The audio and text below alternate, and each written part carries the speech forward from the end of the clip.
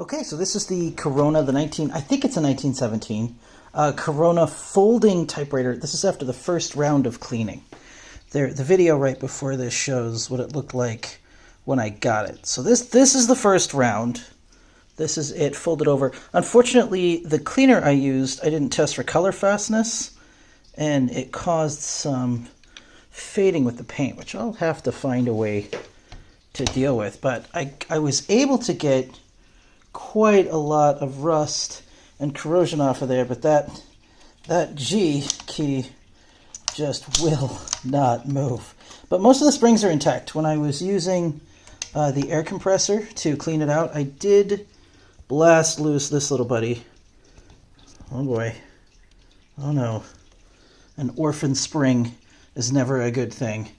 So here we have the Corona weights and scales logo, but this thing is just, it's really cool.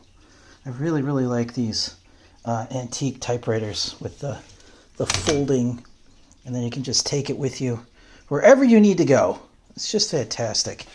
So I'll continue working on this and cleaning it up. I went ahead and did a deep cleaning on this Corona 4 while I was at it, so you will be seeing this on eBay within a day or two, and this, we'll just see how long it takes. I'm waiting on parts for the 1921 Remington that I'm working on. So, and then I will figure out where this damn spring goes. I'm in the final stages. I've managed to get this Olivetti reassembled and put back together. So, oy vey.